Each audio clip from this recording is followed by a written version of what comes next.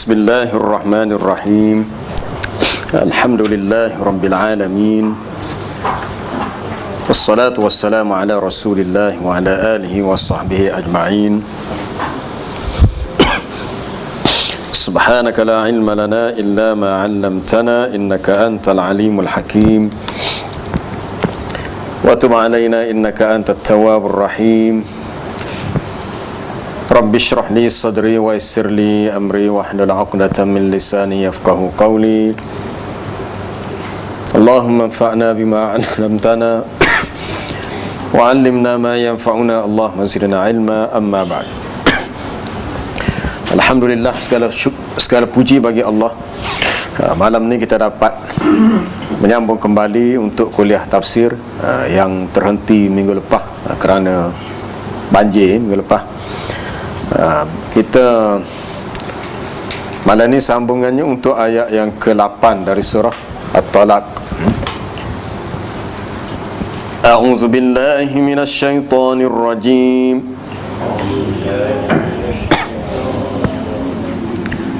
Bismillahirrahmanirrahim.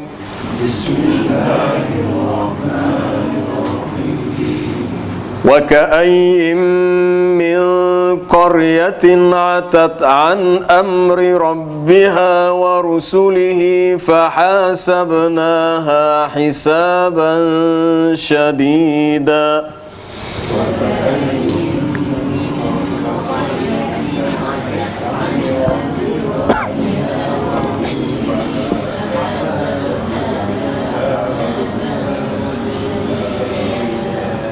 فحاسبناها حسابا شديدا وعذبناها عذابا نكرا.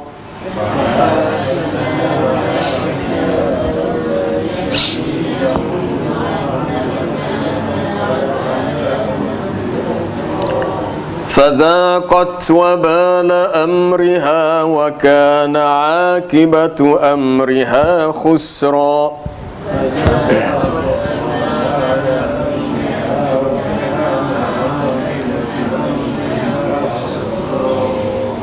أعد الله لهم عذابا شديدا فاتقوا الله يا أولي الألباب الذين آمنوا.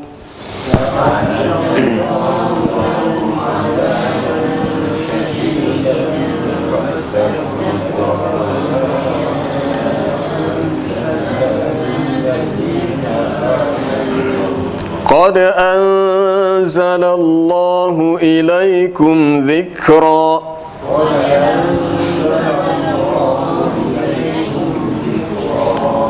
رسولا يتلو عليكم آيات الله مبينات ليخرج الذين آمنوا وعملوا الصالحات من الظلمات إلى النور.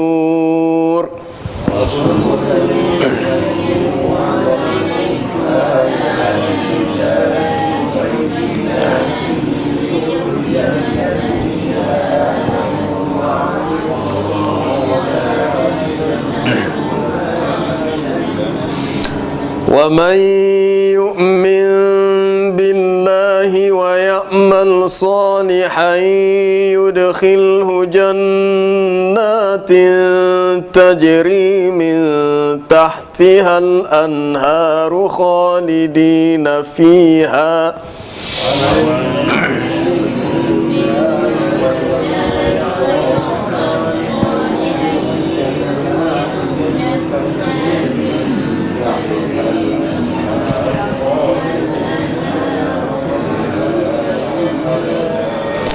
خالدين فيها أبدا.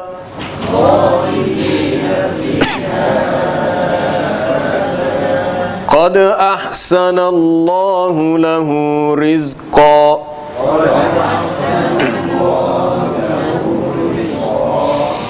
الله الذي خلق 7 سماوات ومن الأرض مثلهن يتنزل الأمر بينهن لتعلموا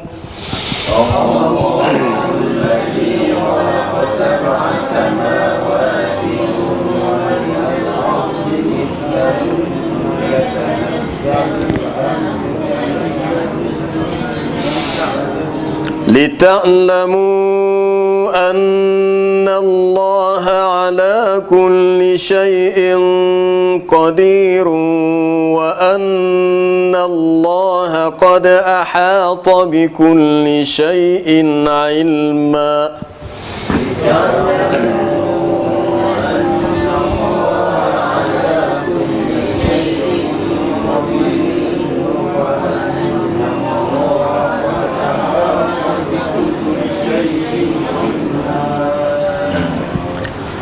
وكأي من قرية عتت عن أمر ربها ورسله, dan berapa banyak penduduk sebuah negeri yang telah menderhakai akan perintah Tuhan mereka dan rasul-rasul yang diutuskan oleh Allah. Fahasabnaha hisaban syadida, maka kami hisab ataupun kami kenakan perhitungan amalan kepada penduduk negeri itu dengan hisab yang keras. Wa 'adzabnaha 'adzaban nukra, dan kami azab mereka dengan azab yang mengerikan, azab yang sangat menakutkan. Fadzaqat wabala amriha, maka mereka merasakan akibat daripada perbuatan buruk mereka itu. Wa kana akibatu amriha khusra, dan adalah akibat perbuatan mereka membawa kerugian yang nyata yang besar. A'addallahu lahum 'adzaban syadida, Allah Ta'ala telah menyediakan bagi mereka azab yang sangat keras, yang sangat dahsyat. Fattaqullaha ya ulil albabil ladzina amanu, maka bertakwalah kepada Allah wahai orang-orang yang mempunyai akal, iaitu orang-orang yang beriman. Qad anzalallahu ilaikum zikra, sesungguhnya Allah Ta'ala telah menurunkan kepada kamu peringatan. Rasulan yatlu alaikum ayatillah mubayyinat, iaitu mengutuskan seorang rasul yang membacakan kepadamu ayat-ayat Allah yang menerangkan bermacam-macam hukum. Liyukhrijal ladzina amanu wa 'amilus solihati minadh dhulumati ilan nur, supaya dia mengeluarkan orang-orang yang beriman, yang beramal soleh daripada kegelapan kepada cahaya, gelap kejahilan kepada cahaya iman, cahaya petunjuk. Wa man yu'min billahi wa ya'mal salihan, dan sesiapa yang beriman dengan Allah, mengerjakan amalan yang soleh, yadkhilhu jannatin tajri min tahtihal anhar, nescaya mereka itu akan dimasukkan ke dalam syurga yang mengalir di bawahnya sungai-sungai. Khalidina fiha abada, mereka kekal di dalamnya selama-lamanya. Qad ahsanallahu lahu rizqa, sesungguhnya Allah Ta'ala memberikan rezeki yang baik kepada hambanya itu. Allahul ladzi khalaqa sab'a samawatin wa minal ardi mislahunna, Allah dialah yang telah menciptakan 7 petala langit, dan begitu juga bumi. Langit ada 7 petala langit dan 7 petala bumi. Yatanazzalul amru bainahunna, perintah Allah berlaku padanya, iaitu pada semua lapisan langit dan bumi. Lita'lamu, supaya kamu mengetahui bahawasanya Allah Ta'ala berkuasa atas setiap sesuatu. Wa anna Allah qad ahata bikulli syai'in ilma, dan sesungguhnya ilmu Allah itu benar-benar meliputi segala sesuatu. Itu untuk ayat 8 hingga ayat 13, ayat 12 sebagai penutup ataupun akhir bagi surah At-Talaq. Wa ka'ayyin min qaryah, ayat ini dimulakan dengan suatu istifham, pertanyaan. Berapa banyak penduduk negeri? Apabila disebut qaryah merujuk kepada ahla qaryah.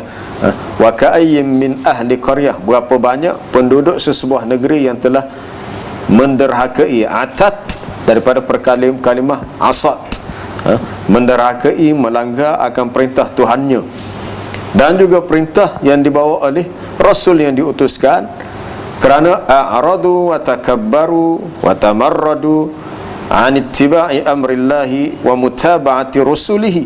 Mereka berpaling, mereka bersikap takabbur, sombong, besar diri, dan mereka melarikan diri daripada mengikuti akan perintah Allah dan juga daripada mengikuti rasul-rasul yang Allah Ta'ala utuskan. Walaupun tak dinyatakan manakah di kampung itu, negeri itu, berlaku dalam sejarah umat terdahulu golongan yang engkar. Perkara yang sama Allah Ta'ala tujukan secara khusus untuk orang-orang di Mekah dalam ayat surah Muhammad, wa ka'ayyim min qaryatin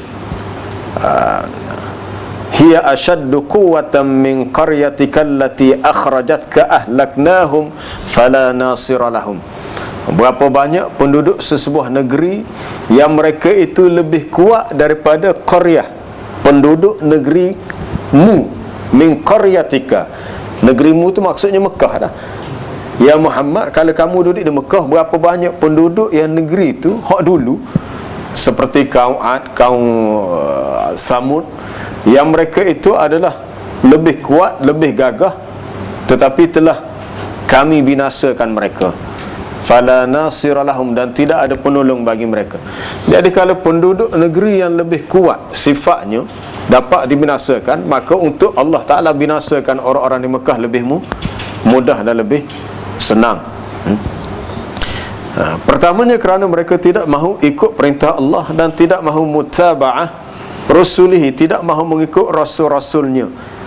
Kerana sesebuah kampung tu kadang-kadang diutus lebih pada seorang rasul. Contohnya dalam surah Yasin kita baca wadrib lahum masalan ashabal qaryah idz ja'ahal mursalun.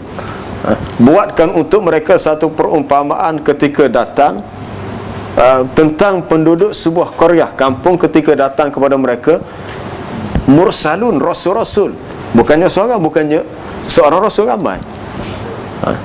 idz arsalna ilaihim itsnaini fakadzabuhuma fa'azzazna bithalis. Ketika kami utuskan kepada mereka dua orang rasul, tetapi mereka mendustakan kedua-duanya, lalu azzazna, lalu diperkuatkan dakwah kedua rasul dengan dihantar pula rasul yang ketiga.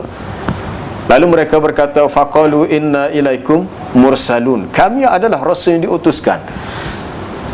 Kampung yang dimaksudkan dalam ayat surah Yasin ini, ada ulama mengatakan disebut namanya Antakiyah.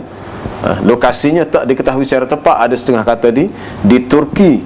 Tempat itu tak penting, tapi pentingnya kampung itu memang ada lah, kerana disebut dalam Quran. Tapi yang perlu diambil iktibar ialah berapa banyak penduduk sesebuah negeri, negara yang melawan perintah Allah dan Rasulnya, akhirnya mereka dibinasakan.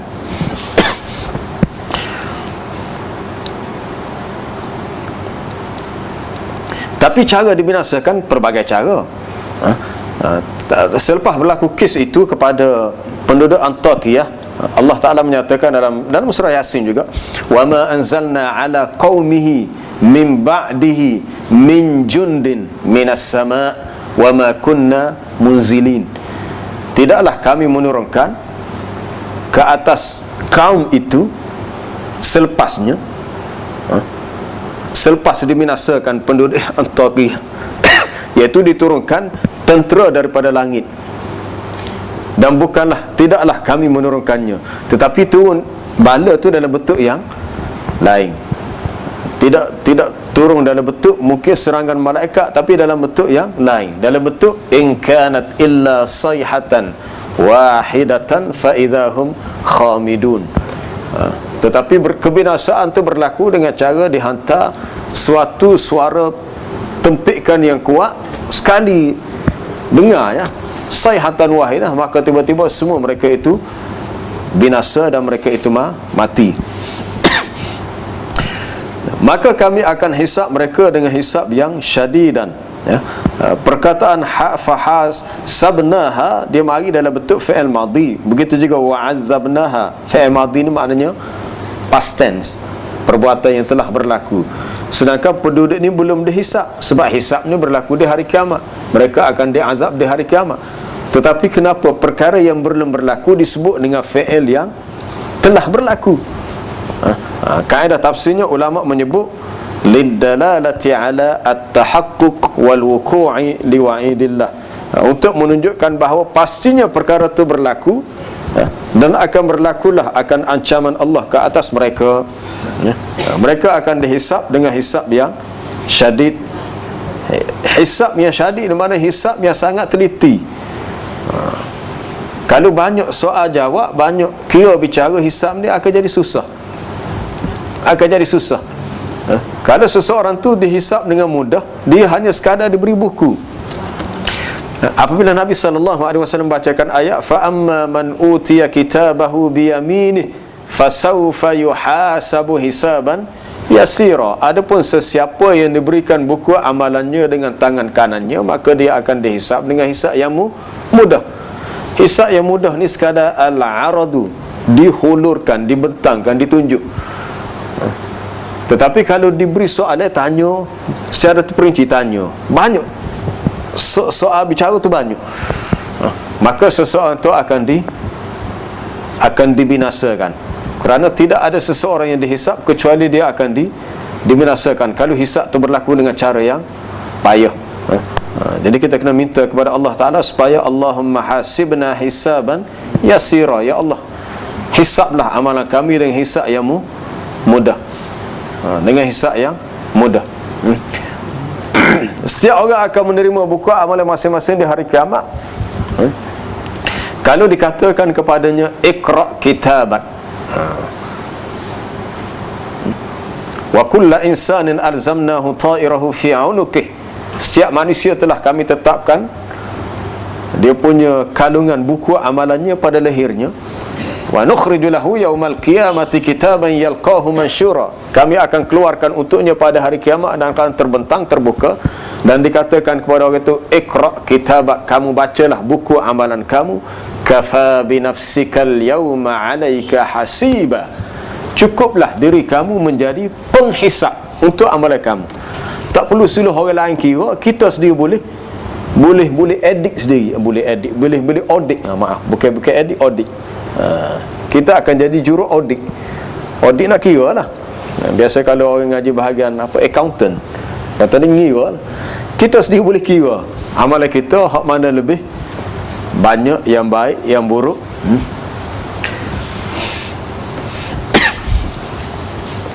Akan dihisap dengan hisap yang payah, yang susah, dan kami akan mengazab mereka dengan azab yang sangat menakutkan, yang sangat mengerikan. Dua perkara, hisap dan juga azab. Ini wa'id, ancaman Allah Ta'ala kepada penduduk sesebuah tempat yang telah menderhakai perintah Allah dan Rasul. Ini kita kena sedarlah, sebab tu Quran ni adalah suatu mau'izah. Al-Quran adalah tazkirah. Ayat Quran adalah peringatan, adalah nasihat.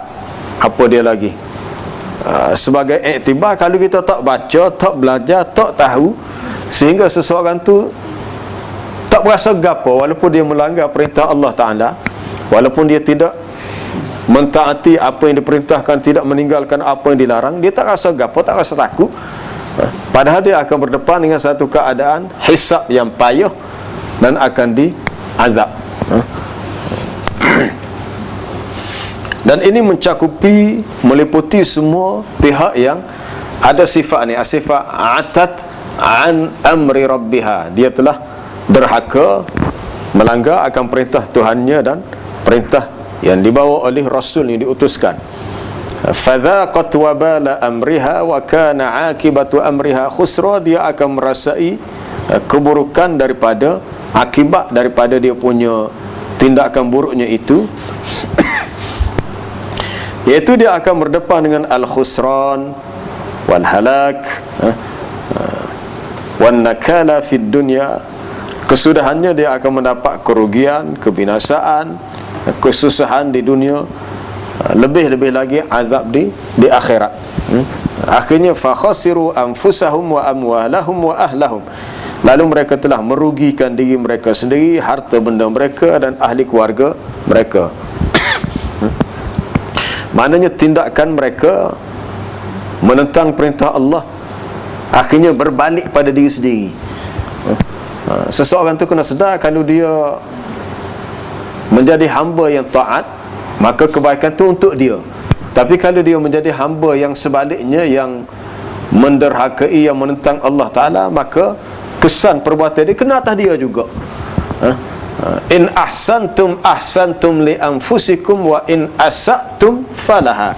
Sekiranya kamu buat baik itu boleh pada diri kamu juga. Tapi kalau kamu buat jahat, ya naik atas kamu juga.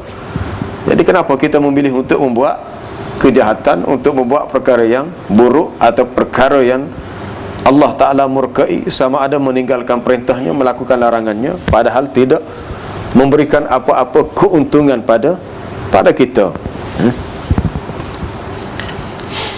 Rugi kalau hidup ni jauh daripada Allah dan tidak tahu matlamat hidup. Untuk gapo kita hidup?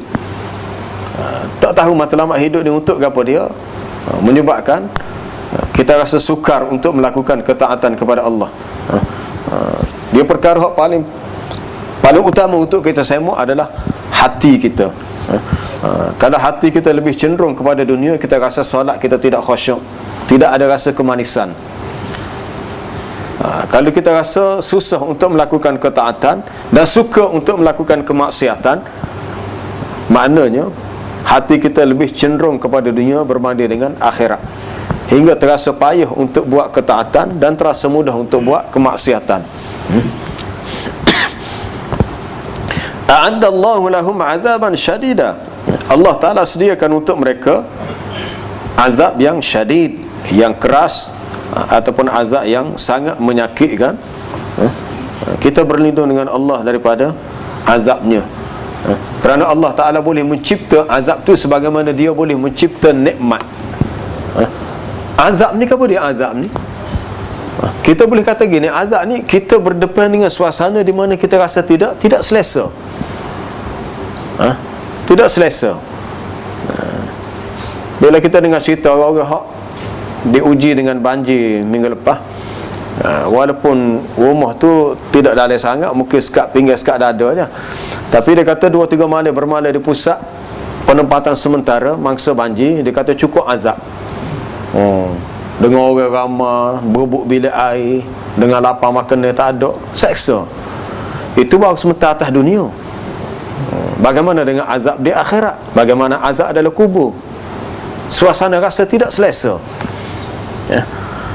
Kita sakit sikit, salah orang sikit sakit pinggir ko, ataupun sakit tak kira lah, sakit gigi ko, sebagainya, banyak jenis sakit. Rasa tidak selesa tu adalah suatu azab. Suatu azab. Dan tidak ada sesiapa yang sanggup untuk membiarkan dirinya berada dalam keadaan sebegitu. Kita cuba mengelak. Macam kita lapar.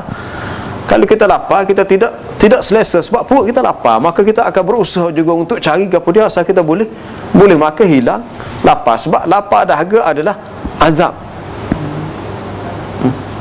Tapi bila kita boleh makan, kita minum, kita rasa kenyang, kita rasa hilang haus, itu adalah nikmat. Allah Ta'ala boleh mencipta azab dan boleh mencipta nikmat. Dia boleh beri kepada sesiapa yang Dia kehendaki. Azab itu Allah Ta'ala kenakan apabila ada sebab-sebab yang melayakkan orang itu kena azab. Ataupun kita di dunia ini cerita ni untuk orang yang mendapat azab di akhirat. Adapun di dunia lain cerita. Di dunia kita tidak boleh buat tafsiran sendiri. Kadang-kadang macam-macam orang buat tafsiran. Dia kata, kenapa berlaku banjir besar di Kelantan? Dia kata air naik 26 Disember 2014, sama dengan 26 Disember 2004 berlaku tsunami di Aceh pada tarikh yang sama, cuma 10 tahun selepas itu. Dia kata kalau Aceh tu dikenali dengan negeri Serabi Mekah di Indonesia, Kelantan juga negeri Serabi Mekah di Malaysia. Pandailah dia buat spekulasi begitu dan begini. Kita pun tak tahu bila orang ini dilantik oleh Allah untuk menjadi juru cakap bagi Allah, untuk mengatakan bahawa ini berlaku kerana begini-begini. Kita tak tahu. Kita tak tahu sebalik apa yang Allah Ta'ala tentukan, ada buruk ada baik. Nabi SAW bersabda, inna hadhil ummah ummatun marhumah, sesungguhnya umatku ini adalah umat yang dirahmati. Adapun untuk mereka di akhirat tidak ada azab, kerana untuk mereka di dunia sudah ada az-zalazil wal fitan.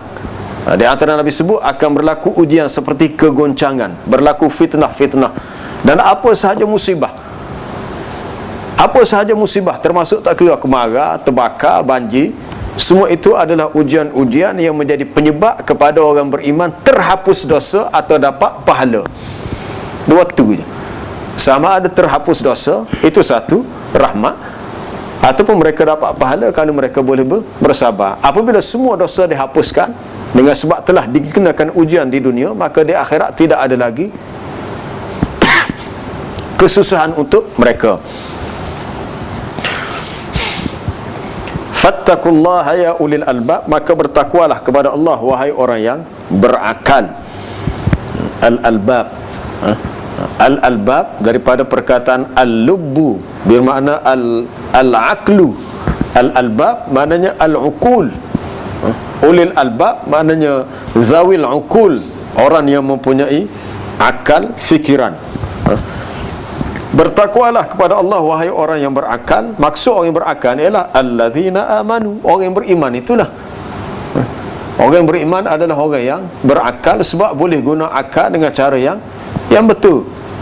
Rugi kalau orang itu sudah Islam tetapi tidak mampu untuk menggunakan akal dengan baik, sehingga akhirnya dia tidak mampu untuk membetulkan kehidupannya ke arah cara yang baik.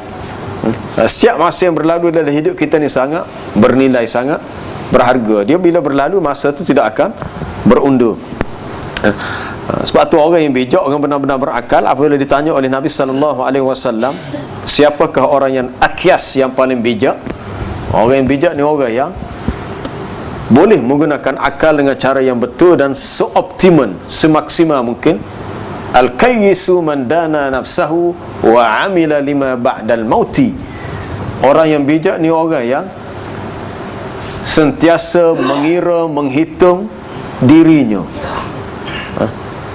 Kira diri kita ni secara mana, umur kita berapa dah, ilmu kita secara mana, amalan kita secara mana,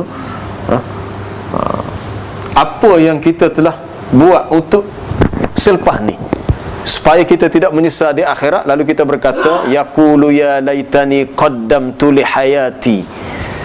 Lalu seseorang tu akan berkata, alangkah baiknya kalau masa hidup di dunia aku telah berbuat bekalan yang secukupnya. Seseorang tu akan menyesal, lalu dia berkata, ya laitani qaddamtu li hayati. Kerana pada hari itu, fayauma idzil la yu'adzibu 'adzabahu ahad wa la yusiku wathaqahu ahad.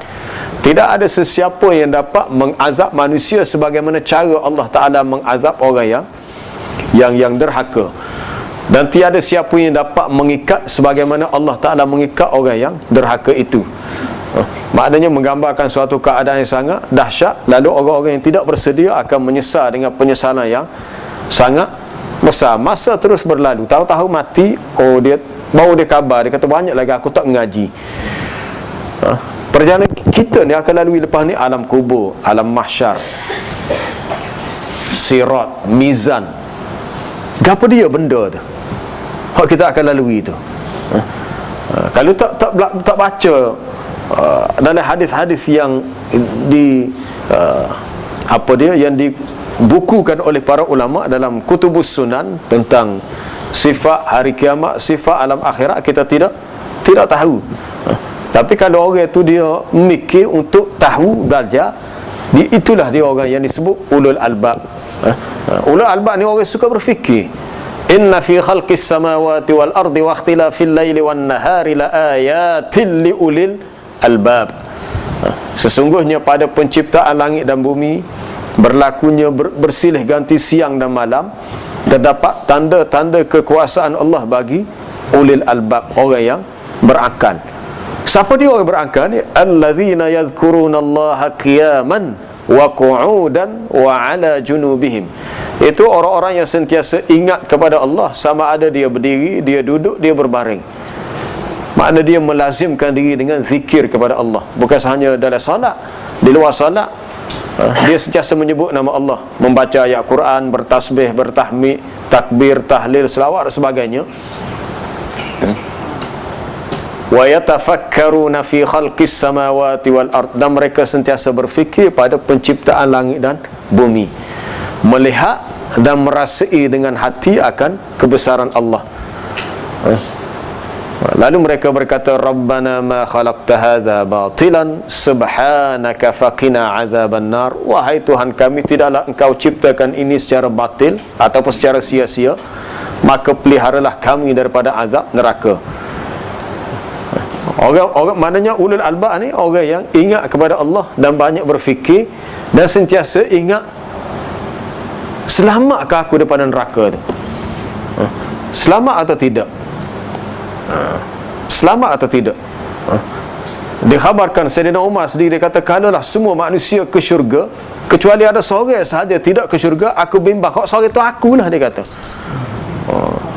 Dia bimbang kalau semua manusia masuk ke syurga, tinggal ada seorang sahaja tak pergi ke syurga, aku khawatir bahawa yang seorang itu adalah aku. Kalau setara dia mikir setara tu, kita tak tahulah nak mikir ke mana. Kalau setara Sayyidina Umar Ibn Al-Khattab radhiyallahu anhu, sahabat, dia fikir setara tu, dia kata kalau semua ke syurga kecuali seorang sahaja, aku bimbang yang seorang itu adalah aku. Kita ada memikir gitu? Fikir nak kau biasa. Kita fikir nak kau biasa. Seorang itu orang lain lah, aku duduk lah. Di akhir zaman ketika munculnya fitnah Ya'juj Ma'juj, zaman Ya'juj Ma'juj, makhluk perosak yang muncul di atas muka bumi, pada zaman juga munculnya Al-Masihud Dajjal, sehingga dikatakan bahawa kalau ada 1000 orang tu, hanya seorang sahaja selamat, 999 tidak selamat. Maka semua pakak berharap, dia kata, aku mengharapkan hak seorang selamat tu akulah. Atas nisbah 1 dengan 1000, pada 1000 seorang, mana 999 tak selamat. Jadi belah mana tu kita nak letak diri kita tu macam mana supaya kita boleh selamat. Kalau kita mahu fikir, kita fikirlah. Kalau kita tak mahu fikir, tak tahulah nak cerita macam mana. Sebab satu hari di akhirat sama dengan 1000 tahun di dunia. Wa inna yawman 'inda rabbika ka alfi sanatin mimma ta'udun. Satu hari di sisi Tuhan kamu seperti 1000 tahun yang kamu kira. Maknanya lama di akhirat. Sehari di akhirat sama dengan 1000 tahun di dunia. Ada ahli matematik kira, dia kata kalau kita hidup di dunia dengan sekitar 60 tahun, bermakna sebenarnya kita baru hidup 1 jam 50 minit dengan masa akhirat. Kalau duduk 60 tahun atas dunia, nisbah kepada masa akhirat baru 1 jam 50 minit. Betul atau tidak, kena balik kira mula lah. Kalau nisbah atas, sehari di akhirat sama 1000 tahun. Maknanya nisbah ialah nak kira gana. Kalau sehari itu kita kira atas dunia ni 24 jam, 24 jam nisbah kepada 1000. Bila kecil dia punya kira itu, dia akan jadi sehari di 60 tahun di dunia sama dengan 1 jam 50 minit. Mana sebentar sangat ya. Cuma sekarang ni kita tak terasa yang kita duduk sebentar sebab kita hidup lagi.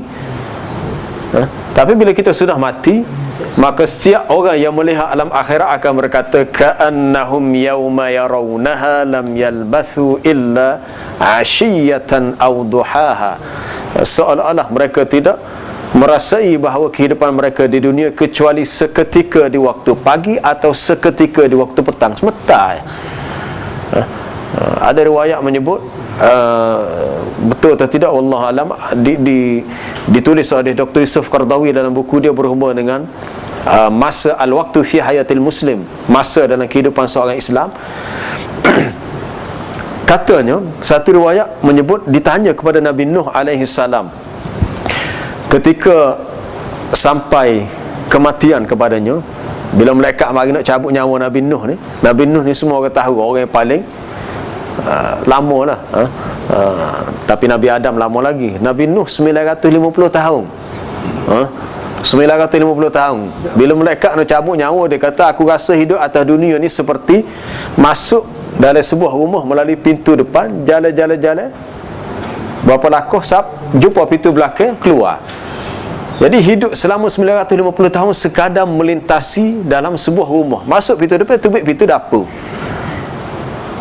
Tapi kita duduk sekarang ni atas dunia, kita kata, oh lamanya 950 tahun.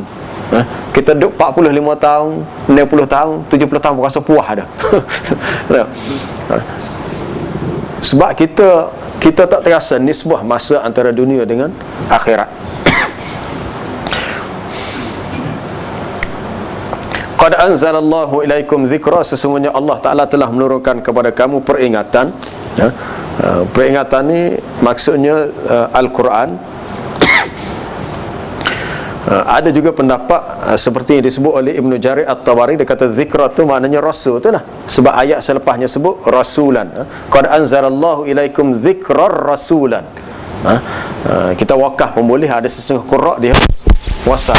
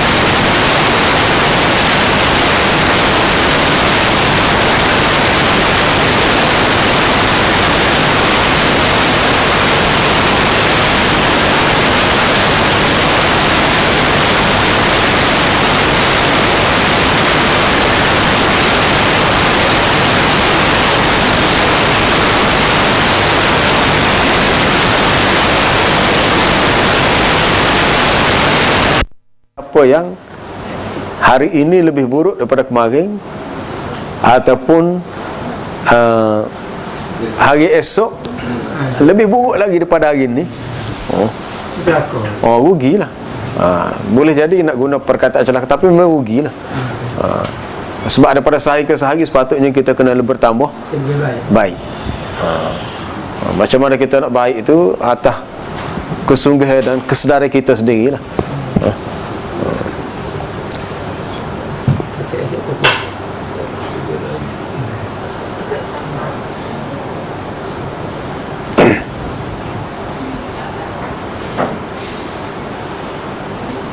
Kita tak boleh lari sebenarnya dalam kehidupan, tak boleh lari. Kalau kita mikir, kita nak lari lah ke mana?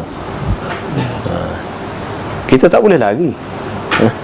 Sebab tu Nabi mengajar kepada kita, bila kita doa, kita baca Allahumma la malja'a wa la manja minka illa ilaik. Tidak ada tempat untuk lari dan tidak ada tempat untuk berlindung, menyelamatkan diri kecuali lari kepadamu, lari kepada Allah. Nak lari lah ke mana? Kalau seseorang itu kata, dia kata kalau sebelum dunia ni kiamat, dia nak lari berpindah ke alam lain. Maksud ada lain ni ke planet lain. Lari ke planet Marikh ke apa ke, tak boleh lari juga. Sebab kiamat ni bukan berlaku untuk muka bumi saja. Semua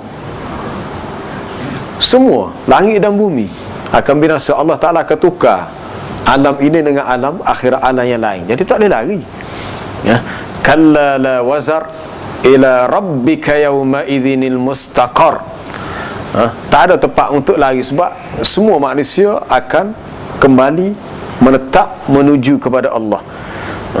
Jadi kita kena muhasabah, kena baiki diri, kena melihat kekurangan kita dan juga kita sama-sama perbetul. Sebab beginilah agama mengajar kepada kita, hak mana kita tahu sikit sebanyak kita ingatkan kepada orang lain. Orang lain hak tahu pula dia siapa kat orang lain pula, gitulah. Kalau kita balik untuk kita saja kak, sedap duduk kita sajalah. Kita kata kita tak apa dah, kita tahu dah, kita khabar dah, kita sedar dah. Tapi bagaimana dengan orang lain? Kita pun kata biar orang lain ikut dia kubur dia, kita kubur kita. Tak lihat tu. Sikap mementingkan diri sendiri tidak diajar oleh agama. Kita kena sama-sama jaga semua. Apa dia? Betul. Hak sedar dah, tapi wak sepuluh tak sedar, wak sepuluh tak khabar. Sebarang alat semua juga ada.